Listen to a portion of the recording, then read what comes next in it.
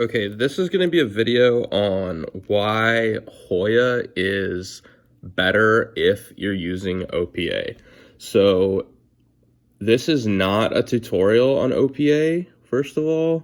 Second of all, as a disclaimer, I don't actually use OPA. I just know how it works. So maybe something I say is a little bit wrong, but I do get the gist of it. So basically, Yao and Hoya are, it's generally agreed upon that Hoya is a lot, or not a lot, but it's slower. The Hoya world record is 24 something right now. And obviously the Yao world record is whatever Max's average is. But this video is not to convince you to use Hoya or that saying that Hoya is much better. It's just, I do think that Hoya is notably better if you're using OPA. So you might be wondering, you're probably a Yao solver, you might be wondering, why is that, right? So it basically comes down to the length of time between the start of the solve and the point in which parity is set. So if you don't know, the most basic explanation for this is that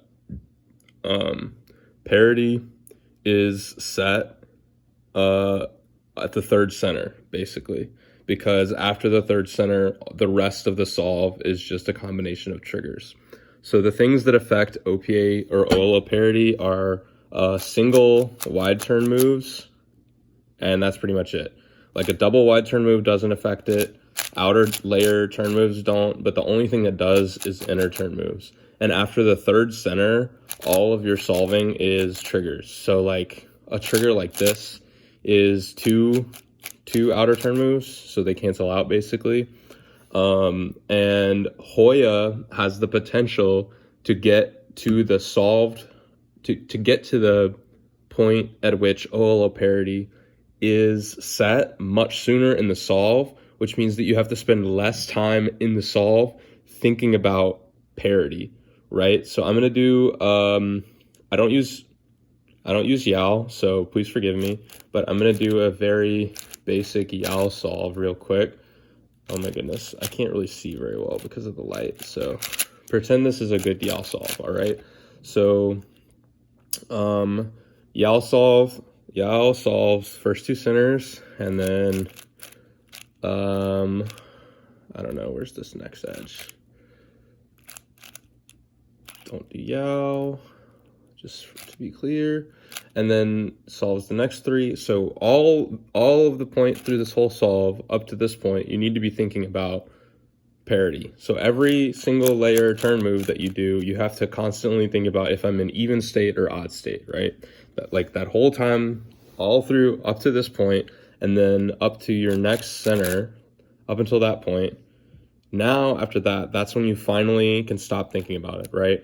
So that's a long time to be thinking about parity. And there's a lot of top solvers that have learned OPA and then just chosen to not do it because it's mentally draining to have to think about alternating between even and odd for that long of the solve. Sebastian Weyer, I believe, is the prime example of this. He's an extremely second in the world or something for 4x4, and he just doesn't do OPA even though he's learned it because it's really hard for Yao to just think about even and odd for that long of the solve. But what I'm here to tell you today is that Hoya is different. So if you're unfamiliar with Hoya, the stages of Hoya are first four centers, and then Hoya stage, second two centers, and then the rest is the same. Or last two centers, and then the rest is the same. So the thing about Hoya is that the centers can be a lot more flexible. Traditionally, most of the pretty fast people do first two centers on right and left, similar to what Yao does. But that doesn't have to be the case, right? Hoya can actually, you can reasonably inspect up to the point where OLO parity is set with Hoya if you do adjacent first two centers. You don't have to do that, obviously. Either way, even if you do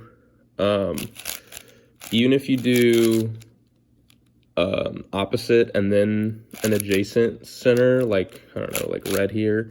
Even if you do this, this is still a lot faster to get to than Yao. Even if you do like standard Hoya, where you're doing opposite and then a third center, you're getting to the point where OLO parity is set a lot quicker than Yao, and you have to think about it for way less, like a much smaller portion of the solve.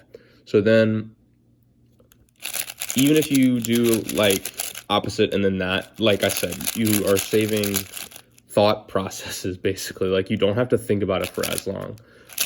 But if you are instead doing like first center and then you do an adjacent center instead, so like red in this example, like red, white, your OLO parity is set from this point onward, right?